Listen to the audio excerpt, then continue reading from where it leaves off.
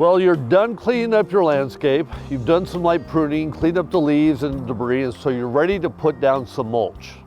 So this is the right time of year. We've got good soil moisture, especially in eastern Nebraska. So this is really a good time to apply a couple inches, 2 to 3 inches of mulch around your trees and shrubs. Make sure that you've pulled the mulch away from the crown of the plant or the base of the tree. So we want a light amount there. We don't want too much there. And then feather it out 2 to 3 inches as we get to the outside of the bed. For perennial beds, you really need to look at the perennials that you're mulching. Some perennials really benefit from some mulch, those that like it a little cooler, a little bit more moist.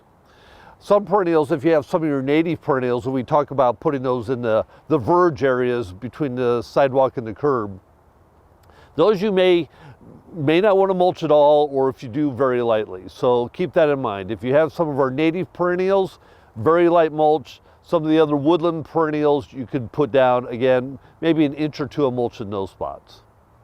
So again, make sure that we have good soil moisture before you start applying the mulch.